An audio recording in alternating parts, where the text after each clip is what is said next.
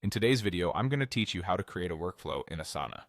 By the end, you'll know how to log in, open your project, switch to a visual board, and set up automations with rules so work moves forward without constant manual updates.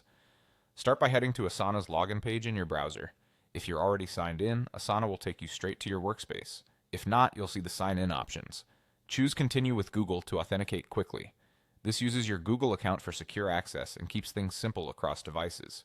When prompted, select your Google account and approve any permissions. After a moment, you'll land inside Asana. From the home or sidebar, open the project you want to organize. This is where your team's tasks live. If you have a lot of projects, the search bar at the top is a handy way to find the right one fast. Once inside, we'll make the workflow easy to visualize by switching to the board view. The board displays your process as columns, such as backlog, in progress, review, and done. You can add tasks directly to any column, assign them to teammates, set due dates, and include descriptions or attachments.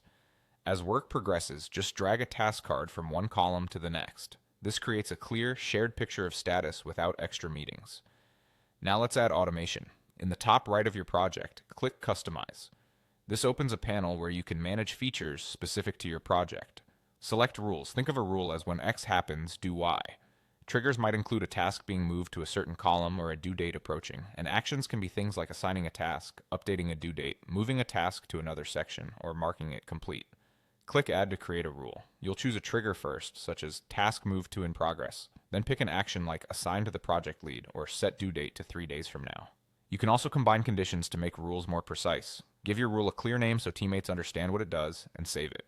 A quick tip. Test new rules on a sample task to confirm they behave as expected, and keep rules specific to avoid overlaps or unexpected changes. That's it. With your board in place and a rule or two running, you'll have a workflow that keeps tasks moving and your team aligned. Revisit rules anytime to refine them as your process